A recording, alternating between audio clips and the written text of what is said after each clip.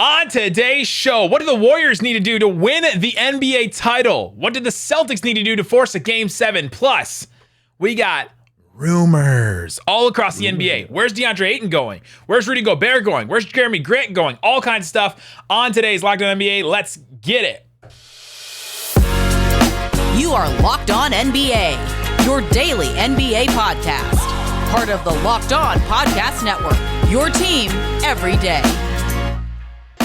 And welcome. You're Locked On to the NBA. My name is Nick Angstadt, host of the Locked On Mavericks podcast. Thanks for making Locked On NBA your first listen every day. We are free and available on all platforms, including YouTube. But the best way you can help us grow is to comment below.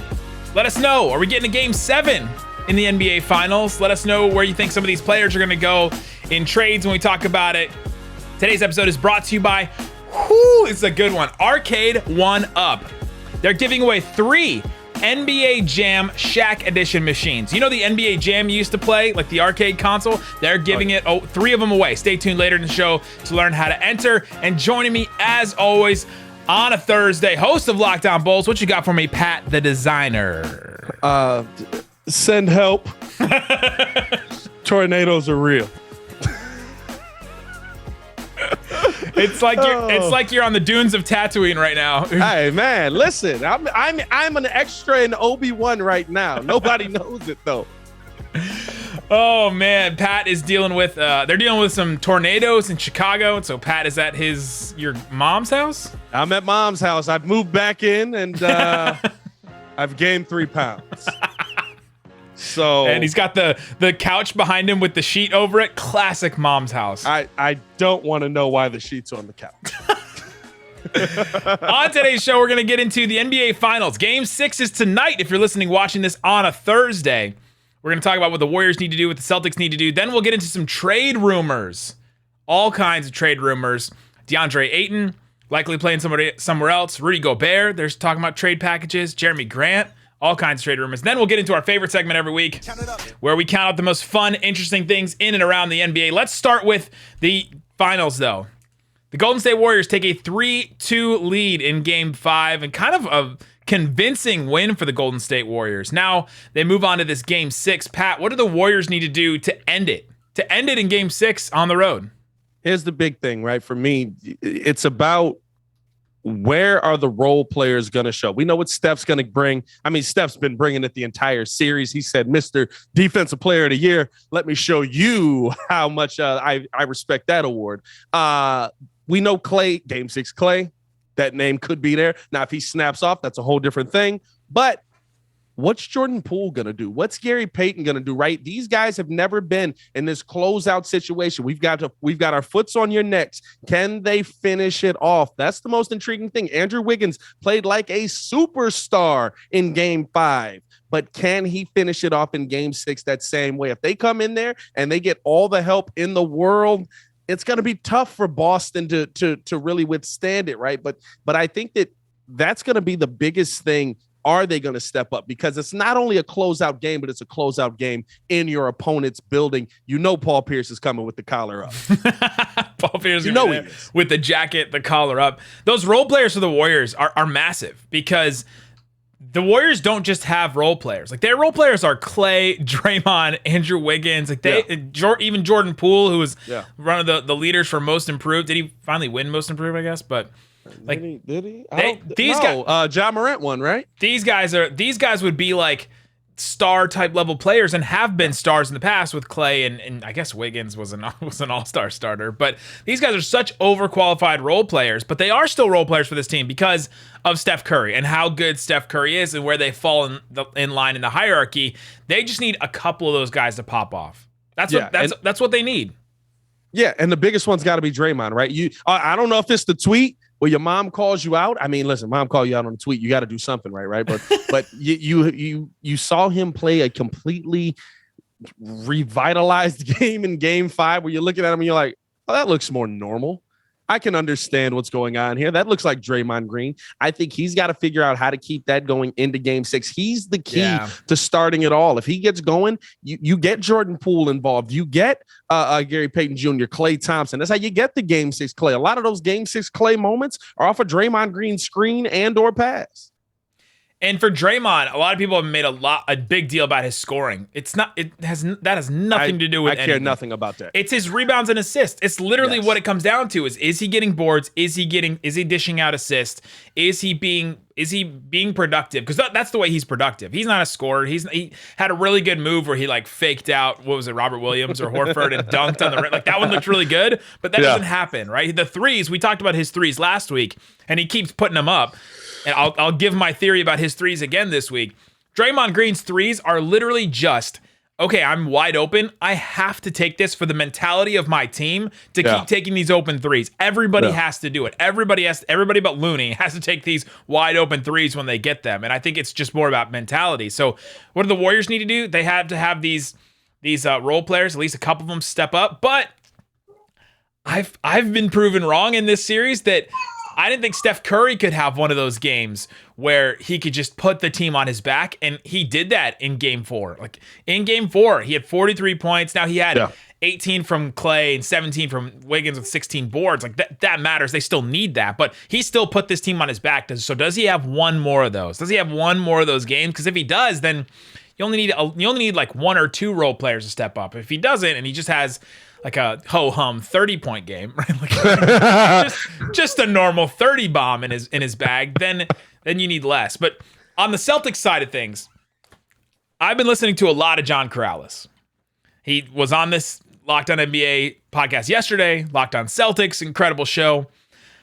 What the Celtics need to do to force a Game 7 is literally do not pull down your pants, squat, and just take a poop on the court. Like, I feel like that is what they do. They take themselves out of games so often because they literally just defecate on their own game. They have all these plans, all these schemes, all this stuff, and then they turn the ball over 18 times. And that's when they lose. That's when they lose. They almost...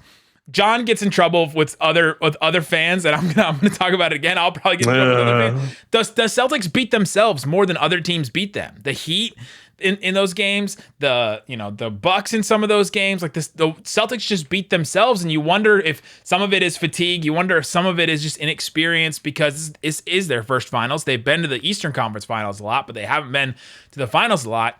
Yeah, they just have to take care of the ball and execute. It's literally like what it comes down to because this team is so physical, so athletic, so talented, and they've found ways to win some of these games against the Warriors, but that's what they got to do and maybe find a little magic, right? Maybe find a little magic like they did in Game 1. Well, I think the biggest thing is, right, like your biggest player who's been consistent. I think, listen, Celtics fans, we've had our beef, right? But I think we all can agree on this. Jaylen Brown's been the best player on the court for the Boston Celtics in this series. Jaylen Brown, to me, has been the most consistent player on the court. But because of that, Jaylen Brown's the one player on the court who's handled, like literally, Jaylen Brown and Zach LaVine shop at the same store on 2K for handles. Like it's not like he can do everything, but his handle isn't there, and it causes him to turn the ball over. And sometimes he's making some bad decisions, and that's kind of what gets the ball rolling on the turnover mark. Where Jayson Tatum has played, he absolutely played a much better game in game 5. Game 4. 5. Yeah, where we're at? We're 7. Who's on first? In game 5 here, but. When you look at the series as a whole, right, Jayson Tatum game in and game out hasn't been the guy that they can go to down the stretch. And so they've been going to Jaylen Brown. You're seeing a lot of those turnovers from the team. You're seeing a lot of those moments where the ball's going the other direction. It's hard to win basketball games when you've got 18 turnovers in a game. Like it's almost impossible. I think the Warriors actually did it one game in this playoffs, if I'm not mistaken. I'll check you on double check that. I think didn't the Warriors have a really high turnover game versus like Memphis or something, and they still pulled it out? But it's one of those things where it's almost impossible for you to you're operating from behind the 8 ball from the very beginning of the game, and you've got to figure out how to kind of get that part of it together. It's like John, I agree with John on that. If they literally just don't shoot themselves in the foot, it's going to be tough for Golden State to win in Boston. The most turnovers ever in a is this a playoff? Yeah, in a playoff game. 1984, New Jersey Nets turned it over 28 times, and they won the game. Good grief! I know. Who were they playing? The Sixers. What they turn it over? 30? Was it like what's the clown music? They're just giving it back and forth to each other like chainsaws being thrown. Hey, what's going on there? Good Lord. 28 turnovers in a game. What was it? You mentioned Jayson Tatum. I have this real interesting thing I've been thinking about is that we talk about how these two-way wings are such a positive with Tatum and Brown. They can defend super high level. They can play offense at a super high level. You wonder if those guys are being just asked to do too much, because there's just a certain level where if you're asked to be guarding the best player on defense and then you're asked to make the bucket on offense, it's like you're asking them to, they can handle it through a couple of games, but can they handle it? They're about to play They're about to play their 24th game, and if they go to game 7, it'd be their 25th game. I think we were talking about this earlier today. The record for most games played in one playoff run is 26. They are getting there, and that was the Celtics in 2008. So they're getting to the most amount of games ever played in a playoff run. So it's going to be, where can they find that extra? Just give me that extra, because they're going to be asked to do a ton. They've been doing a ton. They've been guarding guys like Butler. They've been guarding guys like Giannis. They've been doing it. So game 6 coming up tonight. Be fascinating to see who wins that. If the Warriors do, then hey, there's the champs right there. But coming up, rumors. There's trade rumors everywhere that guys are possibly moving all over the NBA. Ayton, Rudy Gobert, Jeremy Grant. We'll talk about all those coming up. But before we do, let me tell you about Built Bar. It's a protein bar that tastes like a candy bar. They're absolutely delicious. I have one right here. I got one right here. I want one. The brownie batter puff. It's delicious. I love this bar so much. I would rather eat this bar than a lot of candy bars, honestly. 140 calories, 17 grams of protein, 7 grams of sugar, and that's why I would rather eat that than a candy bar. First of all, I actually think it tastes really good. And then the sugar, there's only 7 grams of sugar in it. So we're getting older, all of us getting older. Some of us have kids. You got to take care of yourself. Built Bar is a way you can take care of yourself without hating yourself, right? You don't have to eat some of these protein bars that are too chewy and chalky and they taste terrible. And you're like, this is supposed to taste good. Why is this called a chocolate explosion? And then it's just terrible. Built Bar is not that. So go check it out, built.com. Use the promo code LOCKED15. Right now, the Mud Pie Puffs are going to be available. There's a countdown as I'm recording this for 5 hours. So by the time you're listening to this, by the time you're listening to this, they'll be available. So go check them out. It's built.com. Use the promo code LOCKED15 for 15% off your entire order at built.com. The ultimate NBA mock draft starts June 16th with over 50 insiders. Nothing equals the ultimate NBA mock draft. The Locked On NBA big board. We just recorded it last night. It's incredible stuff. It's available right now if you're listening and watching this. Go check it out. The ultimate NBA mock draft. We made the picks. Check them out right now. All right, Pat, we're taking a turn here. Here we go. According to Shams Charania, the Houston Rockets are finalizing a deal to trade Christian Wood to the Dallas Mavericks. We don't know what the deal is right now, but is that legit? Just happened as we're recording this. That literally just happened now. Well, there goes my Kobe White deal. Whoa! My initial reaction to the Mavericks. Your initial reaction. It doesn't matter to me. You're the Dallas guy. Literally don't know any more information about this. This is fun. Christian Wood has been somebody that the Mavericks have kind of been looking at. He was part of their training camp roster a couple years ago, and he's a guy that fits some of the things that they want to do. They want to have this bullpen approach to the center position where they have a bunch of guys that do different things. The Mavericks are sending the 26th pick over to the Houston Rockets and multiple players. They're going to have to match $14 million in salary there. Yeah. Christian Wood is a guy that can pick and roll, pick and pop. Luka Doncic is going to make this guy look incredible on offense. The thing with Christian Wood, he defends out on the perimeter well. He does not defend at the rim very well. And so the Mavs are going to have to figure that out, which is something they really struggled with. I'm not sure if they're getting their rim protector that they want. But the thing with Christian Wood is that is that Luka's going to make him look awesome, and is he going to buy into the system? This Mavericks team was as good as they were last year and got to the Western Conference Finals because they sent away Kristaps Porzingis, who was kind of not bought in. He did his part, like he marched to the right spots, right? But he didn't march with purpose necessarily. Yeah. And Jason Kidd got all of those guys to march with purpose. They knew exactly where they were going. They knew what their roles were, and is Christian Wood going to buy into that on this team? I love this move. Unfortunately, not to my Bulls, but I do love this move because Christian Wood's a guy who didn't do it a ton, right? But can step outside and knock down a 3-ball. I'm assuming you're probably sending back some variation of your shooting bigs.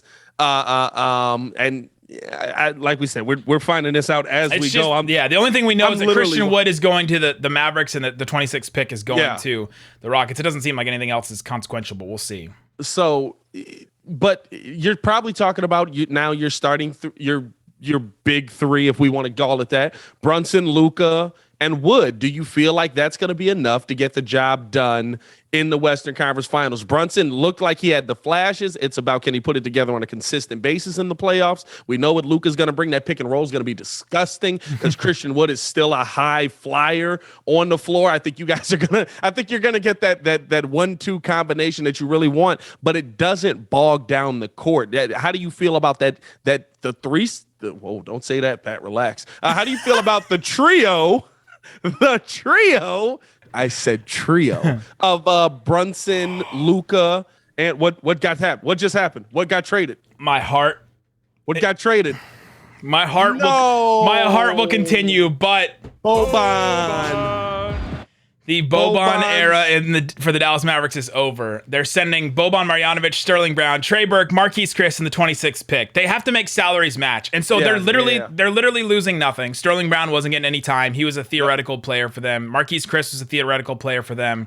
And Trey Burke had I like this for both sides a little bit, but okay, so let's take a look. So we talked about the Mavericks side and what this means for the Mavericks, but on the Rockets side of things, what the Rockets are getting is they're getting another shot. Yeah. That's what they want. And all of a sudden now, this Rockets team has the third pick. They have the 17th pick, and now they have the 26th pick. And they can, package those to get somebody else if they really want to make a move right now to build around Jalen Green. And if they get Paolo, or if they get Chet, or if they get Jabari, then all of a sudden you have a couple of assets to do that or to get a win now player. Yeah, and you know what? I like this move for Houston because at this point, right, you feel good about Jalen Green. You're still a long way away. You're trying to find guys that are going to work, which is the reason why a similar trade that I thought the Bulls could send was a Kobe White down there for 18. You're taking a chance on young guys that really haven't shown you a ton right here. Sterling Brown's going to get an opportunity. That much I guarantee. I like Chris over there. I think this is a good move for Houston, and they get the pick back on top of that. And on top, like Christian Wood, you could tell last season he wasn't a part of the equation for them. Oh, for sure. You like they got to a point where they were like, hey, like, aren't you over 19? Yeah, we don't want you to play that much anymore. So I think this is a move where they're going to get an opportunity to try some guys out, see what they like, see what they don't like, and they get the draft pick on top of that. They're trying to rebuild this thing through the draft. Good move on both sides. I don't think the process really works, but if you want to build your team through the draft by being awful, this is the best way to do it. And now they get another shot at it, so good for them. And they get another draft asset to do something with. Maybe they'll pick somebody. Maybe they'll pick a center. Maybe he's going to be as good as Christian Wood. But the real question is, how long will it take you to get over Boban? Boban. It's going to take a while. He was at the you got to watch the commercials the rest of the finals. Oh no, he was literally at the Dallas Wings game today. They had like an afternoon game, and he took a picture with Satu Sabali, and I was like, I love having Boban around. But Boban. It's okay. It's sadness. Okay. It's sadness. Moment of silence for Boban. Thank you very much. But this is an interesting move for the Mavericks. I don't know if their defense got much better, but maybe Christian Wood buys in a little bit more. Maybe Sean Sweeney can teach him, and put him in a better system than he's played with before. Like Christian Wood, where has he's played with the Rockets the last couple of years. He was with the Pistons before that. And he wasn't getting used much on any of those teams. Rockets is. Pistons. Are you talking about Sterling? No, I'm talking about Christian Wood. Christian Wood. Okay, Christian Wood. Yeah. Yeah. So in a very interesting move. We're literally getting it right now. Like we literally just got it. We're just updating Twitter at this point. Honestly, like we're just sitting here. Like if you're watching on the YouTube side, we apologize, but we're literally looking down, just updating Twitter for the next news. Know. I mean, here's the biggest question with this whole thing, right? And I'll ask you, the guy that watches them closely. What is it about Christian Wood that puts you over the top of some of these other teams? Do you feel like this is a move that does that? I feel like it's a move that gives them potential because now all of a sudden your offense needed that extra. Okay, Dwight Powell looks great in moments where you're using him as a pick and roll center, but you went 3 rounds in the playoffs, and every single round you're like, this isn't the series for Dwight Powell. This isn't the series for Dwight Powell. Yeah. Christian Wood can be a guy, has the tools to be the guy where it works. Now, his rim protection's got to get better. His defense has got to get better. He's pretty good defending out on the perimeter, so that helps.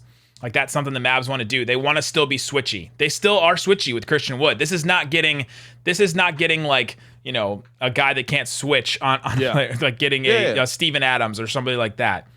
So, well, I think that's the interesting part. I think that's the interesting part with it, right? Because to me, right, in the West Coast, how many post-up bigs is he going to be dealing with in the paint? You know what I'm saying? Like, he's not going to be I'm assuming there's another big guy coming in there somewhere to help with paint protection. At least I would hope. But I feel like this is the perfect guy for the West Coast, right? Like, if AD comes back, he's going to be able to play up on AD. I didn't say he was gonna win. I said he's gonna have the ability to. If Jokic plays a lot up top as well as he's facilitating, you know what I'm saying? I feel like in the West Coast with the bigs that are out there, he'll be able to kind of, maybe Jeremy Grant goes over there, like he'll be able to compete with those level of guys. I hope so, and still be able to play and not get played off the floor like some of the Mavs centers were when you're playing against a fast team like the Warriors. So yeah. Fascinating. Did not expect that. But here we are. I'll go over and check out Locked On Mavs. I'm sure we got stuff already ready for you by the time I get this episode up. So go check it out. And then coming up, let's get into some of these trades. We talked about some of these other guys. Let's go ahead and throw them out, and then we'll do a couple of counted up segments. You're so flustered. Oh my gosh. He lost Bobby. He's so flustered. It hurts my heart to lose Bobby. All right. I'm not Let me tell you something. We have big news. The one and only NBA Jam is back. Pat, give me a boom shakalaka. Boom shakalaka. Arcade 1UP, the leader in at-home retro gaming, is not only bringing the best game ever back, they've made it bigger than ever with a Shaq edition. If you're watching on YouTube, you can see my signed Shaq Orlando Magic magazine back there. Love Shaq. Go check it out.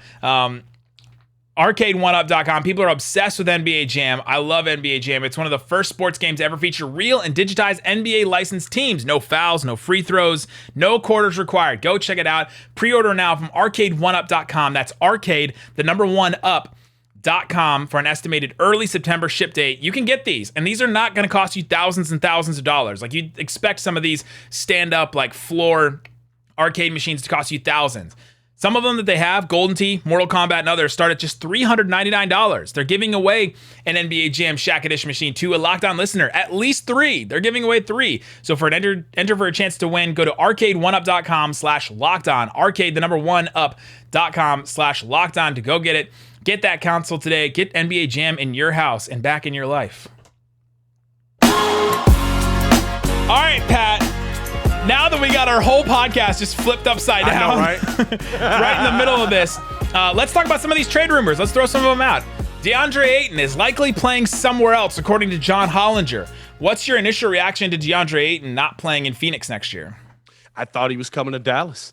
Thoughts? Maybe. I mean, what's that cap situation look like? Y'all pulling that one off? 30 mil, though. 30 mil on DeAndre Ayton. I'm not surprised I'm not surprised by Phoenix moving off of him because when they've needed to go to him most, there's been a lot of times where he hasn't shown up. I'm always surprised at how quickly the NBA is willing to give up on somebody, though. But it's also because $30 million would have to come attached to him. DeAndre Ayton probably isn't saying yes to less, given what we know about the whole situation down there with Monty Williams and him and just how he didn't feel like he was being utilized properly. He was probably leaving there anyway. Now I really don't know what team is really going to fit him. Like I really thought DeAndre Ayton to Dallas was a lock. I don't know if that's the case if you've got No, it's Christian done now. Wood There's there. no. I don't think there's a chance because they don't have the pick to trade. Yeah, I have no idea who even fits with now, right? Like, don't. Well, there's a bunch of there's some options, right? There's a Pistons kind of a package. There's like a package you could get from the Hawks that seems to be thrown around for everybody. The Hawks seems to be one, but is Clint Capella to DeAndre Ayton? Is that much of an upgrade where you're going to give up a bunch of stuff that the Suns want? And you're probably losing John Collins in that situation. You I would lose assume. your Like whole front court. You're losing. DeAndre Ayton? Is that worth it? It might be. I mean, I don't. That pick and roll would be disgusting, but it's. What does putting DeAndre Ayton in the role of being the guy, right? You're paying him $30 million. You're saying you're going to be the guy on this team next to whoever it is, Trae Young. What does putting him in the role of being the guy look like? Does that better? Is he able to handle that well? I think that's an interesting thing for the Hawks to explore, but you're losing a lot if you're the Hawks. Yeah, and speaking of the Hawks, Rudy Gobert is one that comes out right now, and there's a rumor going around from Sean Devaney that the Jazz want a star player, a young prospect, and then also draft picks as well. You start going around and saying, who even has that to offer that wants a Rudy Gobert? Now, could the Hawks get that? That seems to me more of an upgrade than going from Capella and Collins to Ayton. Like Clint Capella to Rudy Gobert. At least you're saying we're going all in on something. We're going all in on a guy that's just going to help our defense because we have the most maybe defense inept like point guard in the NBA. Yeah. Well, the problem is, right, like I don't think it upgrades Rudy. The question mark there because of what you're sending back, right? Like if it's Rudy next to John Collins and you've got that front court set up where there's actually a defensive scheme there, yeah, I'm all in for it. But when you're talking about Rudy Gobert going there and you're sending pretty much everybody else back, now you've got the same scheme that Utah has, which is just, hey, Rudy, get that. You got that? All right, cool. Really appreciate that for you. Like that's the whole scheme in Utah with the defense. Like the next best defender's who? Old Mike Conley? You know what I mean? So I feel like the question mark there is, and this is the thing that I've said about Rudy. I like Rudy. When Rudy takes more than 10 shots a game, he puts up 19 to 27 points. That is ridiculous. The thing is, he only takes 10 shots a game almost never. He only gets I think he did it 19 times this season. You have to turn Rudy into a $40 million player. Can you get Rudy Gobert 10 shots in your offense when he can have that level of impact? That's the question that you got to ask. Trae Young in a pick and roll is way better than like passing and distributing compared to Donovan Mitchell. It's why? Because he's got to give Gobert the ball when Jalen Brunson's on him in the post. Is that what you're saying to me? Yeah. I'm saying the court vision may be a little bit more expanded than than where it was in Utah. But I would agree. Yeah. So that's Rudy Gobert. A couple others that are floating around. But let's get into our favorite episode. Let's get into our favorite segment every single week. You're so flustered by Count it up. Count it up. Count it. Count it up, where we count out the most fun, interesting things in the NBA. The first one I want to talk about, you've seen this video, right? Yeah. Of Fake Klay. Like literally the guy that looks like Klay, that dresses up like Klay, goes to games, and he walks right through security. I went to San Francisco. I went to Chase Center for games 1 and 2 of the Western Conference Finals. And so right where he walked through is where I walked through as a media person, to walk through, to go through the metal detectors. They usually make you sign in, but they didn't even make him sign in or anything. They didn't check with anybody. He's Fake Klay. He usually has got to check. And guy goes, hey, Klay, go get him tonight. Go get him tonight. And he's like, we got this. We got this one. He's like walking through. He walks all the way to the court. He starts taking shots on the court because you can walk, like you can pretty easily, without seeing a bunch of people, go from that security media area to like straight to the court. Like it's not super hard. There's like a bunch of hallways, and when it's the finals, like the NBA PR takes over instead of like the Warriors PR. And so there's not, I guess there's not as many people like around there. So Fake Klay got away with it because there's people there that don't usually recognize Klay or know exactly who Fake Klay is. But this, and then eventually Fake Klay got found out. He gets banned for life from Chase Center. He said he spent $10,000 on tickets, and it was totally worth it for him to be an NBA player for 10 minutes. But count it up. Count it up. How many times would it take if you're walking around Chase Center for Fake Klay to walk by you before you realize it's Fake Klay? See, here's the thing, right? The hoodie sells it. I would never think it's Klay Thompson based on how the guy like looks and is built. No. I'd be like, oh, like No. I saw Klay in the game yesterday. He's not that big. This guy's clearly been eating. So for me, like I'd reckon, but the hoodie makes it tough. Hoodie up makes it tough. If he's walking around hoodie up, I'll glance twice probably before I realize he's fake Klay. And I think, I feel like it would take me maybe 2 times. But I think I think if I saw Klay Thompson, I would just be looking at him, right? Like trying to figure out what he's doing. And then I think I would notice the build, right? Like, wouldn't you think you'd notice the build? Is it fake Klay like 6'2"? Yeah. The first thing I'd have noticed is like, hey, Klay Thompson's not my height. Like he's not like I'm 6 even. Like I shouldn't be looking at your forehead right now. And then also like Klay on deep dish pizza. Yeah, I'm saying he's a bigger guy. Yeah, I mean, so this is not the man Michael Thompson raised. Yeah, you know what? Mama, there goes that man. All right, we got a bonus one. Count it up. Which players in the NBA could most easily be doubled? So there's players out there that you're like, oh, I feel like I see that guy everywhere. That's easy because Klay is not an easy one to double. It feels like somehow they found one. Who are the easiest guys in the NBA to double? First of all, I'm going to start with Marcus and Markieff Morris. Yeah, that's the first one. That's it. That's an easy one. You cheated. Your parents did that for you. All the Zellers and all the Plumlees. Basically. All the Zellers and Plumlees. I love that. Any Grant? No. No. The holidays?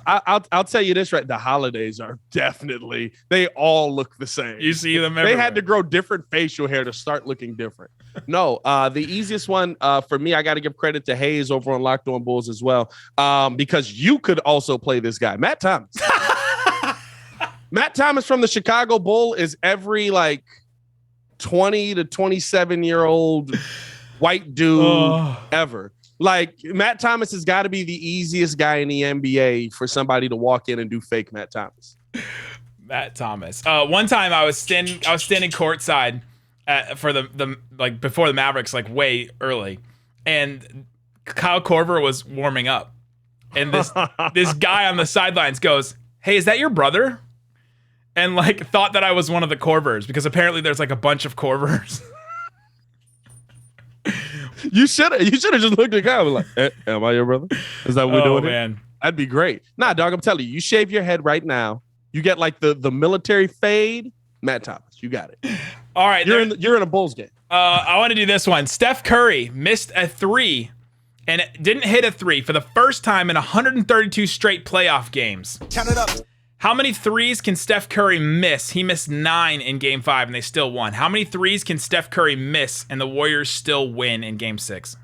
Is Game 6 Klay activated? Because he can miss all of them. Is it Fake Klay? Fake Klay is not. He's not banned from TD Garden. He can go to Boston. Fake Klay could be at Boston. That would be dope. That's got to be the next thing for him. I got my. That's my conspiracy theory music. we gotta set it up so it like slowly zooms in on us. No, that'd be nice, right? You get fake Klay in Boston. You know what I mean? Like he walks onto the court, gets banned from there as well. Worth it. He's got 20 minutes of his life as an NBA. At that point, right? Like, first off, if Game 6 Klay shows up, Steph can miss all of them and they'll be good to go because Game 6 Klay is that dude. He's a legend at this point. Yeah. The bigger question here is if fake Klay shows up and gets banned, does Klay Thompson at that point have to beat this guy? I think he's met him. I think they've acknowledged each other. Okay. All right. I think they've acknowledged each other. All right. Let's do this last one here. Let's do it. ESPN's halftime show. There's a story written by Robbie Calland of Up Rocks. I thought it was great. And I've seen this in Reddit a bunch. Like NBA Reddit mentions this probably like once every 2 weeks or so. That ESPN's halftime show is awful. And not just awful because they think Stephen A's takes are bad. Like say what you will about that. But the amount of time that they spend on actual content at the halftime show is so awful. This is what they did for Game 5. This is the breakdown. Commercial break. 30-second sponsored segment from DraftKings where Greeny asked Jalen Rose who would be the top third quarter performer. 30 seconds. Then they did a commercial break again.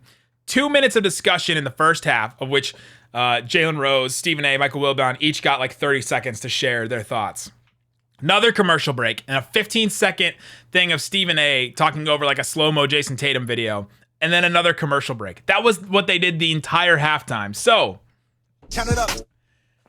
how many TikToks is the actual content that ESPN's halftime did? How many TikToks worth? Do you know how TikTok works with like? Yeah, I know. Well, see, this is the thing though. Hold on, because TikTok now's got a 10-minute limit. So like, on mine, I have 15 seconds, 60 seconds, and 3 minutes. a 60-second. No, because you said they did a 2:30, 3 minutes. They can put all of ESPN's halftime content in 3 TikToks. A 15-second with Stephen A's thing. They can do the 30-second sponsored one, and then they can do the 2 minutes that they did as a full TikTok. Like literally, you can get 3 TikToks of what ESPN's halftime show was. Anybody who ever has the nerve to criticize what they do on TNT, Yeah, get out. go jump in a lake. No, Because we're done. it's like, Get oh, Shaq's not funny. Charles isn't funny. He's not. He talks bad about the Warriors fans, dog. This is what you get. This is what you get when mugs want to be too professional with the game of basketball. Get out of here, bro. It's awful. It's awful. There you go, guys. Go check out Locked On Mavs. We'll be talking all about the Christian Wood trade. A lot of stuff to break down in that one. So go check out Locked On Mavs. Go check out Locked On Bulls, the Zach LaVine story. Seems like Zach LaVine's coming back. I don't know why he wouldn't pass up that money, but so go listen to those guys. And then also check out Locked On NBA Big Board, Rafael Barlow from NBA Draft Junkies and author of the NBA Big Board. Got great stuff every single day for you on the NBA draft that's coming. The Rockets have another pick now, so you got to go check out them. We'll be back tomorrow with Adam Mares and Wes Goldberg to break down Game 6. They could be talking about a title for the Warriors, so go check it out, guys. Thanks so much for listening to Locked On NBA.